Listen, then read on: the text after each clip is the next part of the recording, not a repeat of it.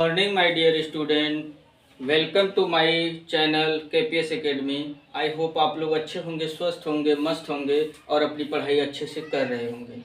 तो चलिए, आज हम आप लोगों के साथ जुड़े हैं और आज हम आपको क्लास 10th का सब्जेक्ट मैथ पढ़ाएंगे और सब्जेक्ट मैथ का फर्स्ट चैप्टर रियल नंबर के बारे में हम लोग आज चर्चा करेंगे।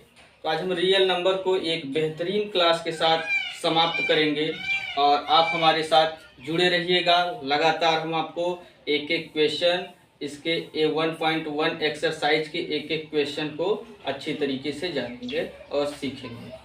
तो चलिए, बिना देरी किए हम अपने क्लास को स्टार्ट करते हैं। तो सबसे पहले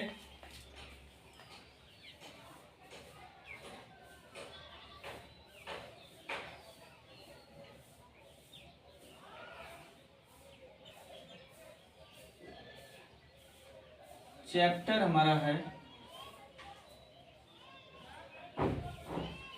रियल नंबर,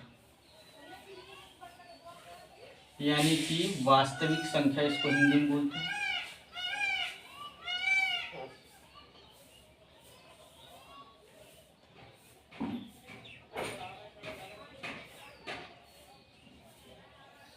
वास्तविक संख्या, इसका एक्सरसाइज यानी प्रश्नावली हमारा है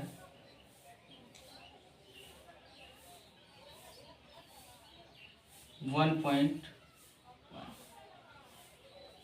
प्रश्नावली 1.1 के क्वेश्चन को स्टार्ट करने से पहले इसमें जो टॉपिक हमें पढ़ना है उसके बारे में कुछ चर्चा कर लेते हैं। जैसा कि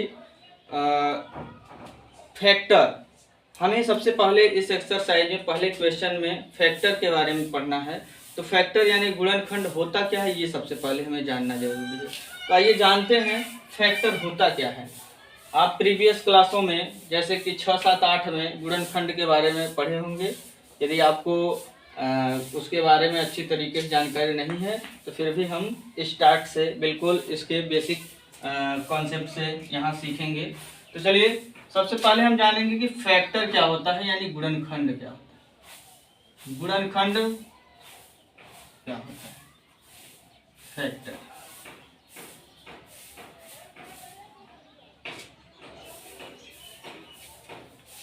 गुणनखंड यानी फैक्टर की बात करते हैं तो देखिए, फैक्टर जो होता है, जैसे हम किसी नंबर की बात कर लें, कोई भी एनी वन, कोई भी नंबर हो, तो वह नंबर किससे डिवाइड होता है, किस किस से वो डिवाइड हो सकता है, वो उसके फैक्टर कहलाते हैं।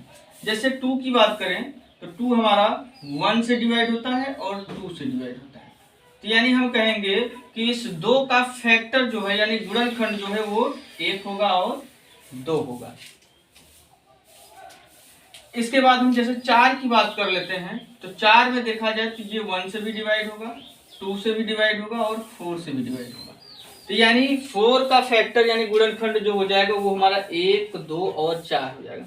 इसी प्रकार किसी भी नंबर को ले लेते हैं, जैसे 10 को ले लें तो 10 का फैक्टर हो जाएगा गुणनखंड हमारा 1, 1 से डिवाइड होगा, ये 2 से डिवाइड होगा, 5 से और 10 से डिवाइड होगा। तो इसका फैक्टर हो गया 1, 2, 5 और 10 हो गया।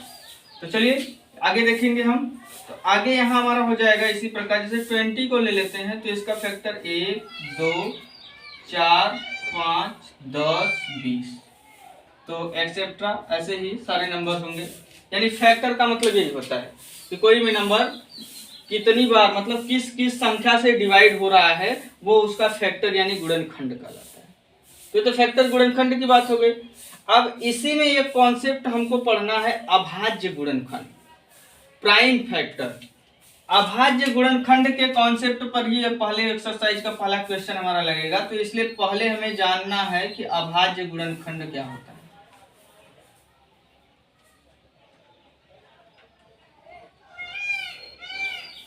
अभाज्य गुणनखंड यानी प्राइम फैक्टर, इसको अंग्रेजी में बोला जाता है।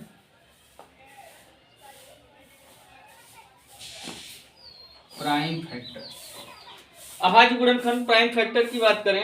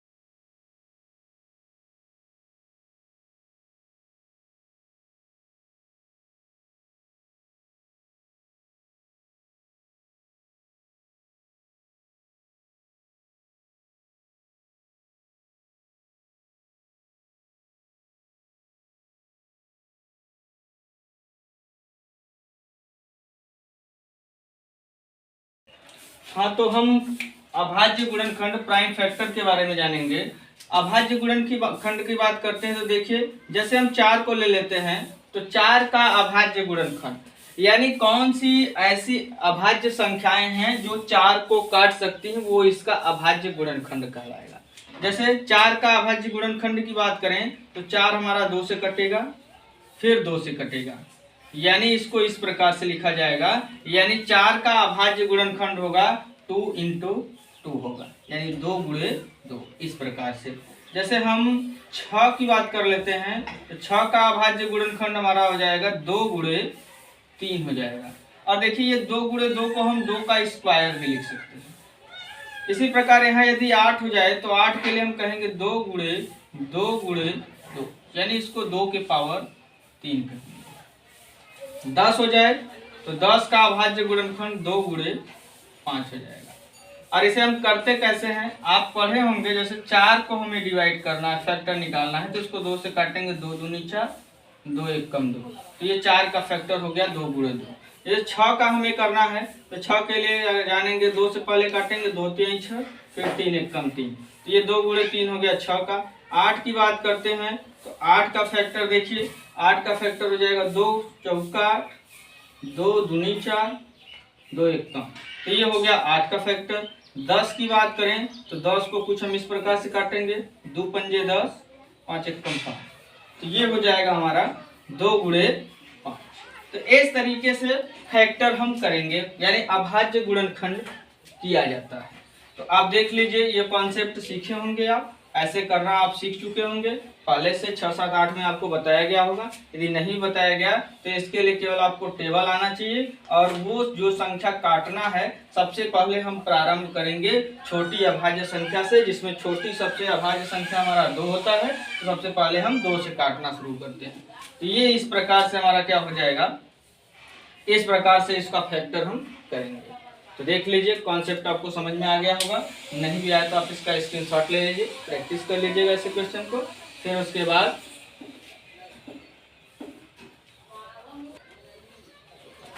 हाँ, तो इसका आप स्क्रीनशॉट ले लीजिए, इसका आप अच्छे से स्क्रीनशॉट ले लीजिए, ताकि आप प्रैक्टिस करने के लिए, समझने के लिए फिर से इसको यदि कोई कन्फ्यूजन हो तो अपना कन्फ्यूजन दूर करने के लिए इसका स्क्रीनशॉट ले लीजिए। फिर उसके बाद हम क्या करते हैं, आपको क्वेश्चन स्टार्ट करते हैं। बिल्कुल इसी पैटर्न पर क्वेश्चन भी हमारा होगा।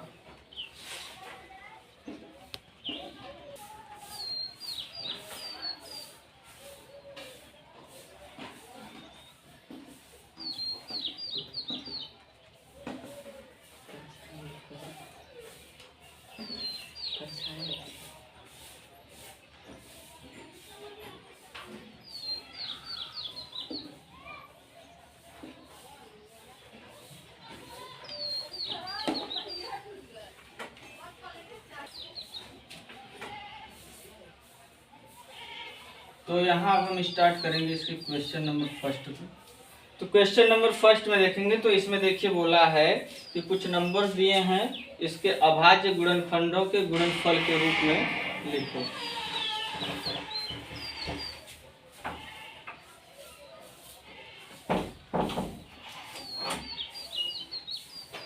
तो पहला क्वेश्चन इसका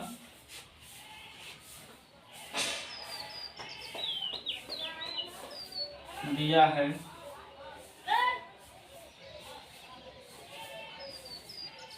140, ये संख्या हमारा दिया है 140। इसका अभाज्य गुणनखंड निकालना है। चलिए अभाज्य गुणनखंड निकालेंगे। तो देखिए 140 को 140 का अभाज्य गुणनखंड निकालकर इसके गुणनफलों के रूप में लिखने के लिए हमें पहले इसका गुणनखंड करना है। तो सबसे पहले बताएं कि सबसे पहले छोटे नंबर से काटेंगे। छोटे नंबर से काटने के लिए आपको कॉन्सेप्ट याद होना चाहिए। कोई भी नंबर यदि दिया है और उसके लास्ट में 0 आए या फिर इवन नंबर यानी कि सम संख्या आए, तो सम संख्या की बात करें तो सम संख्या हमें मालूम होना चाहिए। सम संख्या वो होता है जो 2 से विभाज्य हो, यानी कोई संख्या जो 2 से पूरा कट जाता है उसे हमारा सम संख्या कहा जाता है। तो यानी कहने का मतलब कोई भी संख्या यदि 2 से कटने वाला होगा तो उसके लास्ट में या तो 0 आया रहेगा या फिर सम संख्या आया रहेगा, जैसे 2, 4, 6, 8 इस प्रकार से 2 से कटने वाला नंबर लास्ट में आएगा। जैसे 10 हो तो 10 के बाद देखा जाए तो 10 में लास्ट में ऑलरेडी 0 है तो 0 हम पहले लिख दिए हैं। तो इस प्रकार से कोई भी 0 लास्ट में हो या फिर ये सारी संख्याएं होंगी तो समझ जाएंगे हम वो 2 से ही कटेगा। तो यानी लास्ट में 0 आया तो ये 2 से कटेगा, 2 सत्ते 14, 0 0 बार में कटेगा। फिर 0 आ गया, इसका मतलब फिर से ये 2 से कटेगा, तो 2 से काटेंगे 2 3 6, एक बचेगा यहाँ 10 हो जाएगा, तो 10 हो गया तो 2 पंजे 10। अब देख लिए ये 5 आ गया लास्ट में, तो यानी ये 2 से अब नहीं कटेगा। अब हम जानते हैं 3 के पहाड़ा में भी ये नहीं कटेगा, क्योंकि 3 से कटने के लिए जो नंबर्स होते हैं उनका सम हमारा यानी जोड़ जो होता है वो 3 से कटना चाहिए। तो इनका जोड़ देखा जाए तो 5 3 8, 3 से नहीं कटेगा, इसका मतलब ये पूरी संख्या 3 से नहीं कटेगी। अब 5 लास्ट में तो समझ जाइए वो 5 से पक्का कटेगा, तो 5 से काटेंगे इसको तो 5 सत्ते 35, फिर ये हो जाएगा 7 एकम 7। अतः यहाँ हम कहेंगे कि 140 का अभाज्य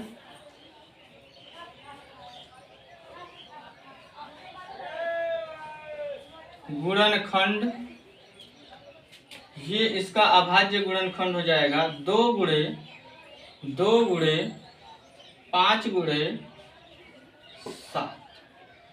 इसको हम ऐसे भी लिख सकते हैं 2 का स्क्वायर गुणे 5 गुणे।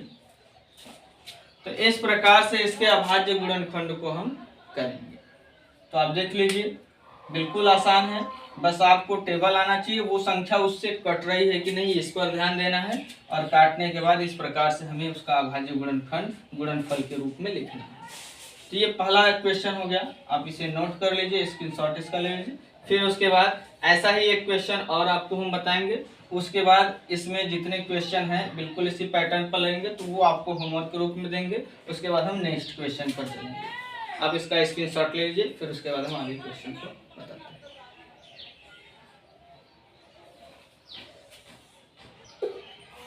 हाँ, चलिए इसके नेक्स्ट क्वेश्चन को जानेंगे हम।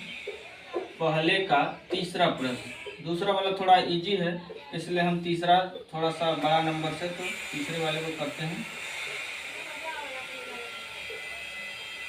तो तीसरे वाले नंबर में हमें दिया है संख्या है 38 25 यानी 3825। ये संख्या है, इसका अभाज्य गुणनखंड निकालना है। तो ये 38 25 हो गया, तो हम डिवाइड करेंगे। देखिए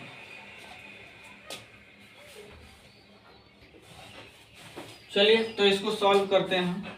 तो देखा जाए, देखिए हम बताएं कि यदि कोई नंबर लास्ट में 5 आएगा तो वो नंबर या तो 3 से डिवाइड हो सकता है या तो 5 से। 3 से डिवाइड होने के लिए यानी 3 से काटने के लिए 3 से काटने के लिए उन सभी नंबर का पहले योग जोड़ लीजिए। तो जोड़ेंगे तो 3 8 11, 11 2 13, 13 5 18। तो 18 आ गया, तो 18 हम जानते हैं 3 से कट जाएगा।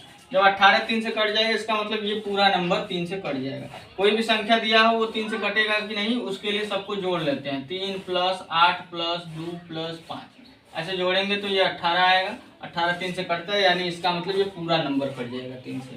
तो चलिए 3 से काटते हैं। 3 से काटेंगे तो 3 एकम 3 हो जाएगा, 3 दूनी 6 हो जाएगा, यहाँ 2 बचा ये हो गया 22, 3 सत्ते 21 हो जाएगा, यहाँ 1 बचेगा ये हो जाएगा 15 और 3 बचे 15।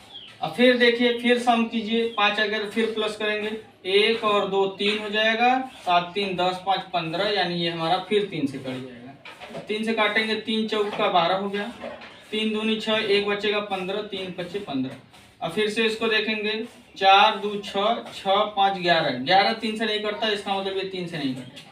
अब जब 3 से ये नहीं कटेगा तो इसका मतलब ये 5 से कटेगा। तो 5 से काटिए, 5 8 40 हो जाएगा, यहाँ 2 बचा तो 25, 5 बचे 25। अब फिर 5 से काट लीजिए इसको, तो 5 एकम 5 और यहाँ बचा 3, तो ये हो जाएगा हमारा 35 यानी 5 सत्ते 35। अब ये हमारा 17 से कटेगा यानी 17 एकम 17, यानी हम कहेंगे अतः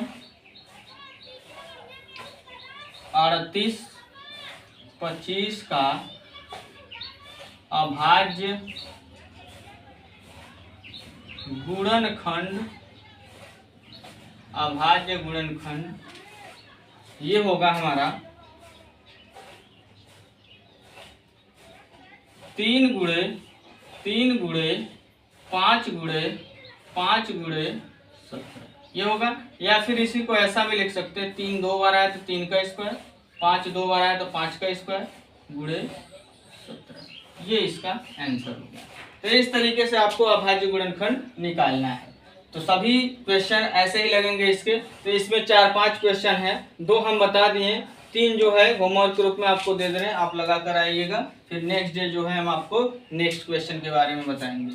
तो जैसे कि इसका दूसरा प्रश्न जो है वो 156 है, तीसरा बता ही दिए। चौथा प्रश्न जो है इसका वो हमारा 5005 है। और इसका 5वां क्वेश्चन जो है, 5वें क्वेश्चन की बात करें तो ये हमारा 7429 है।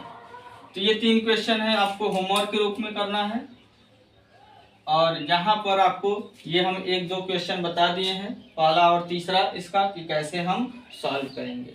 तो हम उम्मीद करते हैं कि आपको ये क्वेश्चन कैसे लगाया जाएगा ये आप सीख चुके होंगे। तो चलिए ये क्वेश्चन आप करके आइएगा। तो आपसे हम नेक्स्ट वीडियो में नेक्स्ट डे मिलेंगे। धन्यवाद। जय हिंद, जय भारत।